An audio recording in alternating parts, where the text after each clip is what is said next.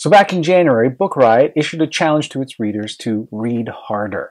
It was a series of 24 tasks so that you could break it down to about 2 a month, and it forces readers to get outside of their comfort zone and perhaps read things that they wouldn't normally pick up. Anyway, it's nearing the end of the year here in October, and I thought I would check in to see how I've been doing, because there's still time to pick up a few missing tasks if I haven't reached them yet. So let's see how we've done so far. A book written by someone who was under the age of 25 when they wrote it. For me, it was Nimona by Noelle Stevenson. Now, it was actually part of her senior thesis, so technically she wrote the first half of it when she was 20, but it was published when she was 23 and became a big sensation this year. So it's Shark Boobs and Shipping Golden Loin and Blackheart. A book written by someone 65 or older. And for me, this would be Racing in the Rain by John Parker Jr., who was 68 when he wrote it. And it's sort of a Scooby-Doo mystery that includes basketball and running. Number 3, a collection of short stories. Now I'm stretching the definition a little bit here, and I will probably pick up a short story collection later on this year.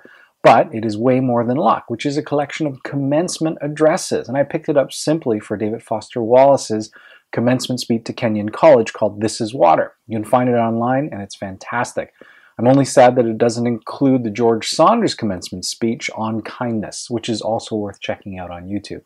Number 4, a book published by an indie press, and that would be The Empathy Exams, published by Grey Wolf Press. This book really wasn't my style, and I just kept thinking about the author saying, well, enough about me. What do you think of me? Next up is a book written about or by someone who identifies as LGBTQ, and that would be When Everything Seems Like the Movies by Raziel Reed. This was a Governor General Award-winning book that features huffing hairspray, blowjobs, stripper moms, and abortions. But it also elicits a lot of conversations. It was something that my daughter actually picked out. A book by a person whose gender is different than your own. Really? This really is setting the bar pretty low here, but okay. How about Gabrielle Zevin's The Storied Life of A.J. Fikry? It's a bookseller, a baby, and a light, fun read.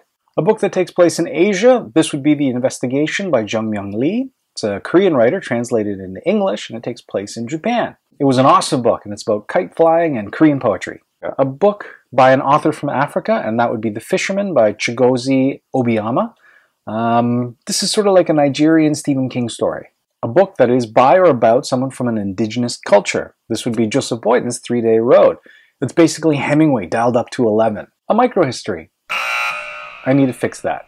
I'm not exactly sure.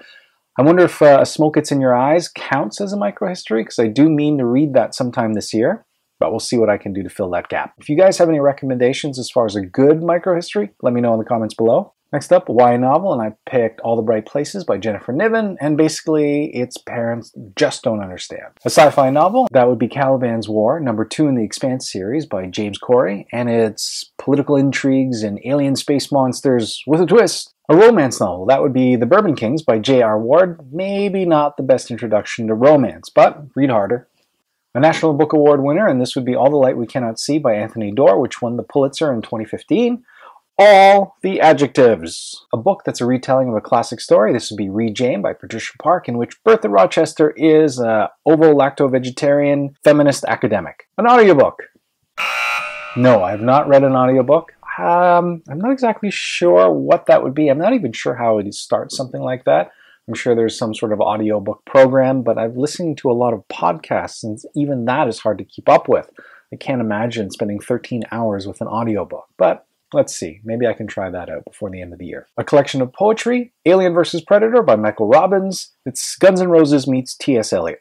Next up, a book that was recommended to you. This would be The Man from Primrose Lane by James Renner. It was recommended to me via Twitter, as you do, by Liberty Hardy, who is the book guru. This is a meta cult classic. A book originally published in another language. This would be The Elegance of the Hedgehog by Muriel Barbary, originally in French, translated into English. And it's basically a philosophy major keeping a diary who eventually falls in love. A graphic novel? Well, that's easy. Essex County by Jeff Lemire. It was actually great to see and interview him when he came to our local library. A book you consider a guilty pleasure, and I think this is The Husband's Secret by Leanne Moriarty. I'd call that suburban noir, but I really liked her later book called Big Little Lies. Way more. A book published before 1850. I still need to fill that gap in. I think I can do that, and I have a book in mind for that. How about a book published this year?